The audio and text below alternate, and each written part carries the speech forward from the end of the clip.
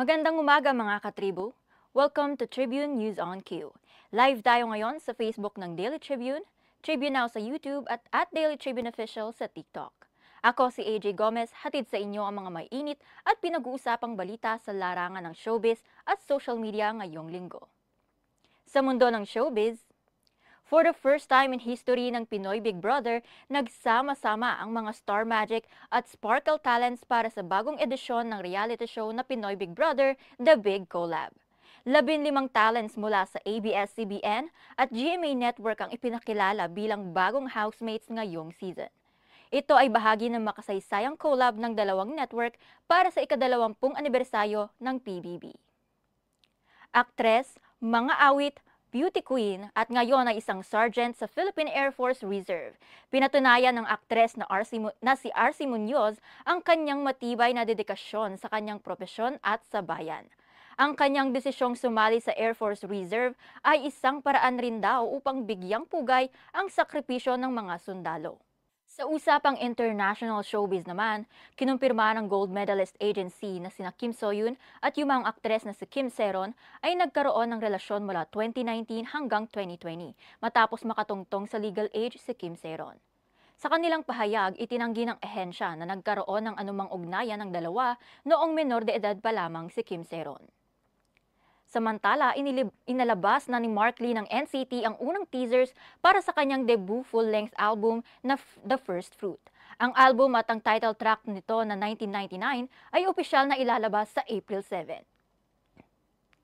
Nagpakilala naman ang Mattel na bagong manika ng mythical manananggal inspired. Tinawag itong Corazon Marikit at may kakayahang maghiwalay sa dalawang bahagi na sumasalamin sa kakayahan ng manananggal na tanggalin ang kanyang itaas na bahagi ng katawan. Dinisenyo ito ng mga detalyadong pakpak at paniki at kasuotang inspiradong mula sa tradisyonal na pananamit ng mga Pilipino. Ang presyo ng manika ay nasa $75 at kasunod nito ang paglunsad ng Filipina Barbie ng Mattel noong nakaraang taon.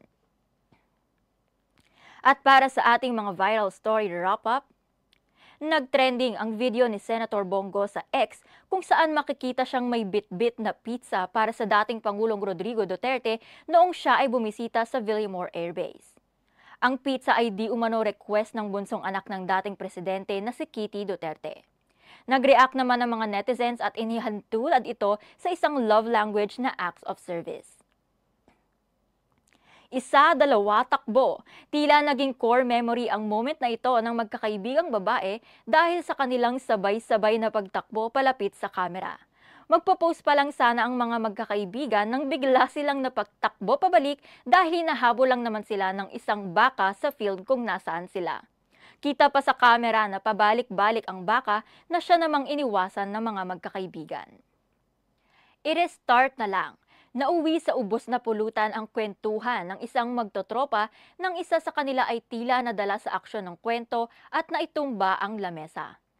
Sa ngayon, meron ng 2.5 million likes ang video at tuwang-tuwa naman ang mga netizens sa comment section. Para sa ating huling viral video, isang nakaaantig na moment ang pinost ng isang TikTok user sa birthday ng kanyang lolo kung saan ang mga crew ng isang sikat na fast food chain ay nagsiiyakan nang magbigay raw ng heartfelt messages ang mga apo ng matanda sa kanya. Agad namang nilapitan ni lolo ang mga host at kinomfort ang mga ito. At iyan ang inyong showbiz at social media wrap-up. Samahan niyo po muli kami bukas ng 9:30 AM, 1 PM at 4:30 PM para sa mga bago at maiinit na balita. Huwag rin kalimutan ang hot patatas kasama sina Vernon Velasco at Carl Magadia bukas ng 3:00 ng hapon. Mapapanood ninyo kami sa Facebook page ng Daily Tribune, Tribune Now sa YouTube at Daily Tribune Official sa TikTok. Muli, ako si AJ Gomez at ito ang Tribune News on Q.